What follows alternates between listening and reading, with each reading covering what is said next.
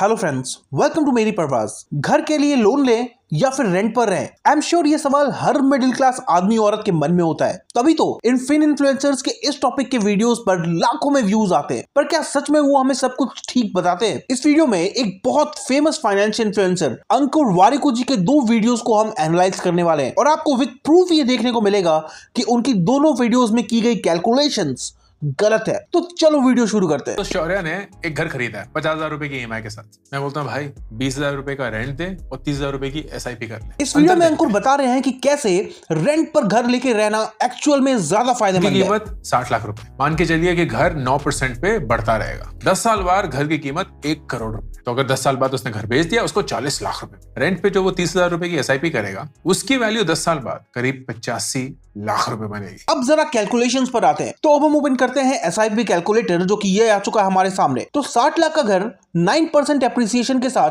10 साल के बाद उसकी कीमत अंकुर के कैलकुलेशन के अकॉर्डिंग 1 करोड़ हो रही थी। बट एक्चुअल में उसकी वैल्यू, जैसा आप देख सकते हैं अपनी स्क्रीन पर, 1 करोड़ 42 लाख की हो जाएगी। तो अगर शौर्य 10 साल के बाद इस घर को सेल भी किया तो उसको 82 लाख का प्रॉफिट होगा, ना कि सिर्फ 40 लाख का।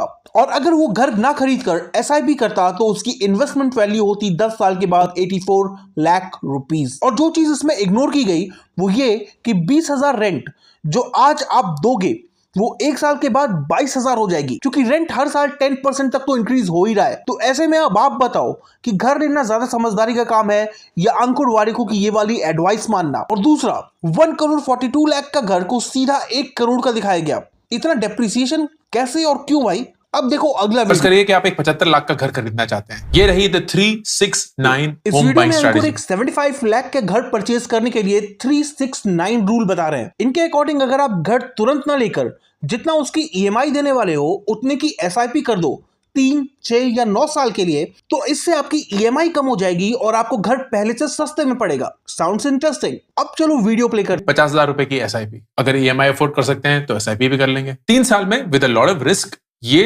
22 लाख रुपए बन जाएगा। इसी वक्त में घर की कीमत 95 लाख पड़ चुकी होगी, तो करीब 70 लाख का लोन और करीब 60,000 रुपए की ईएमआई। एक तो इसमें बेसिक मिस्टेक ये है कि अगर आप इनकी 95 लाख की घर की वैल्यू को ठीक भी माने तो भी 95 - 22 73 लाख के लोन की नीड होगी और इन्होंने यहां पर 70 लाख लोन अमाउंट लिया है। अब आते हैं इसकी और डिटेल्स पर। 50,000 की एसआईपी पर 3 साल के लिए रिटर्न हमें उतना तो नहीं मिलेगा, तो एक्सपेक्टेड रिटर्न हम यहाँ 12% रखते हैं, तो टोटल हमारा अप्रोक्स रिटर्न 22 लाख का मिलेगा। अब हम देखते हैं कि 75 लाख का घर 9% से बढ़ते हुए 3 साल में 97 लाख का हो जाएगा, ना कि 95 लाख का, जैसा कि अंकुर ने बताया। तो लोन अमाउंट यहाँ पर 97 - 22 यानी 75 लाख की चाहिए होगी और इसकी ईएमआई 65,000 की ही बनेगी। ये काफी इंटरेस्टिंग है क्योंकि ओरिजिनली भी घर 75 लाख का ही था, जिसके लिए 65,000 की ही ईएमआई जानी थी। तो अगर आप इस रास्ते पे गए तो डेफिनेटली आप अपने 3 साल वेस्ट करोगे और कुछ भी नहीं।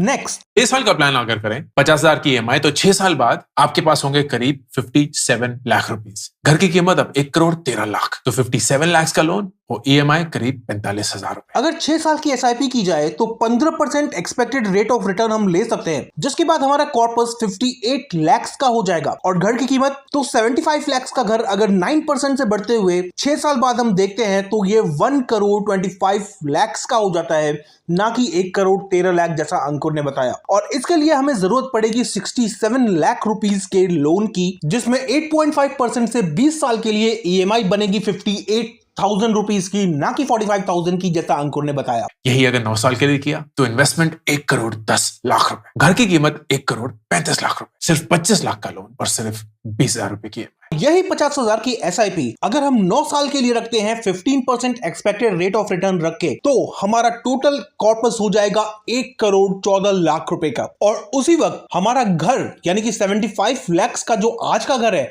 वो 9% एप्रिसिएशन के साथ 9 साल बाद पड़ेगा 1 करोड़ 62 लाख रुपीस का। यानी कि हमें उसके बाद भी हमें 48 लाख रुपीस के लोन की जरूरत होगी, जिसकी ईएमआई आएगी 41,000 रुपीस, ना कि 25 लाख का लोन और 20,000 की ईएमआई जैसा अंकुर ने बताया। अब चीजें सब्जेक्टिव है, हो सकता है कि किसी को घर एज अ इन्वेस्टमेंट पर्पस लेना हो, तो उनको हम यहाँ पे कुछ सजेस्ट नहीं कर रहे क्योंकि वो ऑलरेडी बहुत स्मार्ट है। पर यह भी हो सकता है कि किसी का सपना हो कि यार दुनिया में एक ऐसी जगह हो जहां मैं चाहे सब कुछ हार जाऊं, हर जगह से फेल हो जाऊं, फिर भी मैं उस जगह में हक से रह सकूं, अपनी फैमिली को सेफ रख सकूं, और इसके लिए लेना है मुझे घर। और अगर आप इस कैटेगरी में हो तो बॉस कभी भी किसी की भी बात मत सुनना अगर कोई ये कहता है कि रेंट पे रह लो और एसआईपी कर लो। दूसरी बात, अंकुर एक बहुत ही स्मार्ट और सच्चे पर्सन है। मैं और लाखों लोग उनको बहुत अप्रिशिएट करते हैं। उनसे ये मिस्टेक होना अच्छा नहीं लगता। और हाँ, ये वीडियो अंकुर के लिए निगेटिविटी फैलाने के लिए नहीं है। ये सिर्फ आपको, मेरी परवाज की कम्युनिटी के व्यूअर्स को, उनकी जिंदगी के अहम फैसले में इन्फॉर्म्ड डिसीजन लेने में